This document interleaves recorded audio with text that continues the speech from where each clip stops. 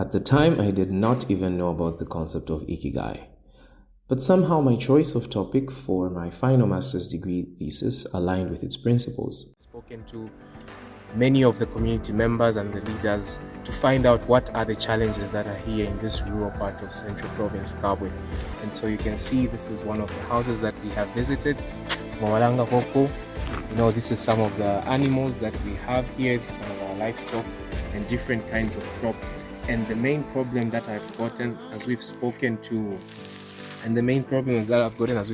many of the people today is that there is a lack of electricity and a lack of water. So they need electricity in order to pump water for irrigation, water for domestic use, water for the animals, as well as electricity for appliances, for charging their phones, to be connected, and so many other things. And we are the only ones that are going to develop our country. If we don't do it, nobody else will do it. Ikigai is a Japanese concept that translates to a reason for being.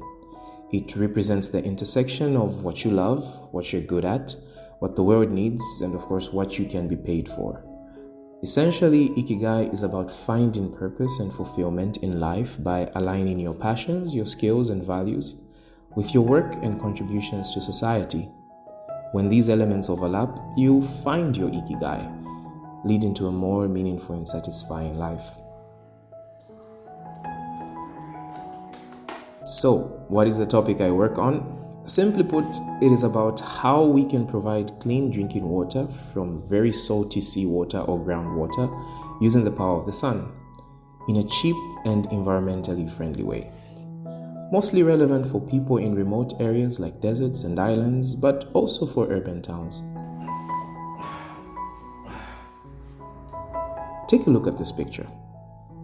What you're looking at is the source of domestic use water for a small remote community of around 230 households in Chisamba, central Zambia. And I know this because this is where my mother has a farm, and I personally took this picture. You can see my shadow at the bottom. The problem here is clear, and it's big. Water scarcity, which is the lack of access to clean water for domestic use, affects up to 2 billion people globally. That is 1 in every 4 people. 500,000 children die every year because they lack water and proper sanitation and proper hygiene. So you might wonder, if the earth is covered by so much water, why is water scarcity an issue? Well, it's because only about 1% of water on earth is readily usable by humans. Most of it is very salty, and so it must be treated through an industrial process called desalination before it can be used. Reverse osmosis desalination, RO, is a popular technique today. RO systems work by applying pressure to salty water, forcing it through a semi-permeable membrane that blocks dissolved salts and impurities while allowing water molecules to pass through. This is great, but it requires a lot of energy to pump the salty water to the required pressure, and typically they are powered by fossil fuel-based energy resources. And that means very high greenhouse gas emissions and a higher negative impact on the environment. So the direction in the industry now is to explore the possibility of using renewable sources like solar or wind for RO desalination. Photovoltaic solar energy, or PV, is quite promising for this purpose in particular.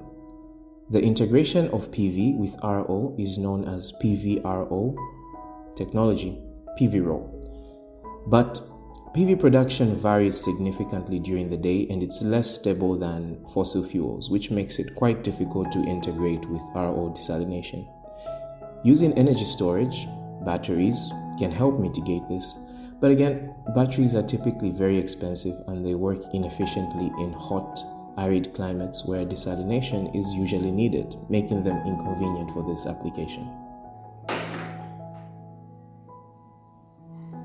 And so, the problem I try to solve on the engineering level is to understand how to integrate the delicate RO system with a variable PV energy generation system in an efficient and safe way without using energy storage, without using batteries. It's easier said than done, But don't worry, I will not bore you with all the details in this short video. But that's not all. There's a secondary problem of desalination processes, which is that there is a waste product called brine or concentrate, which is super salty water. What do we do with it? We can't just throw it back into the sea, it's gonna kill the fish. We can't just put it back into the ground, it's going to kill the soil. So my idea is to use that concentrate for irrigation of a special kind of crop that can survive the high salt content and can be used as food for livestock. This is pretty convenient also because most people in remote areas are typically pastoralists. The value of this solution really lies in the fact that we are reusing a dangerous waste product as a resource. So, how do I actually make this work? Again, it's easier said than done. I need to understand what species to consider, how nutritional are they for the animals, how much of it can be produced considering the quantity and the salinity of the concentrate, what are the advantages and disadvantages, how much land is needed, how much will it cost, and will the population even accept it as a solution?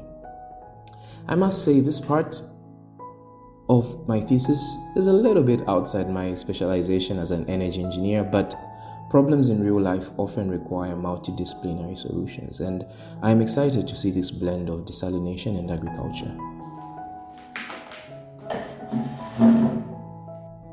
Finally, I also need to show that RO powered by solar energy is actually more economically convenient than an equivalent RO powered by fossil fuels or any other alternatives, especially over the long term. So far, I'm finding through this thesis work that PV-RO technology has transformative potential, especially when coupled with an appropriate concentrate management approach. This innovative solution offers a reliable, cost-efficient, and environmentally friendly approach to water scarcity, paving the way for sustainable water management and socio-economic development worldwide.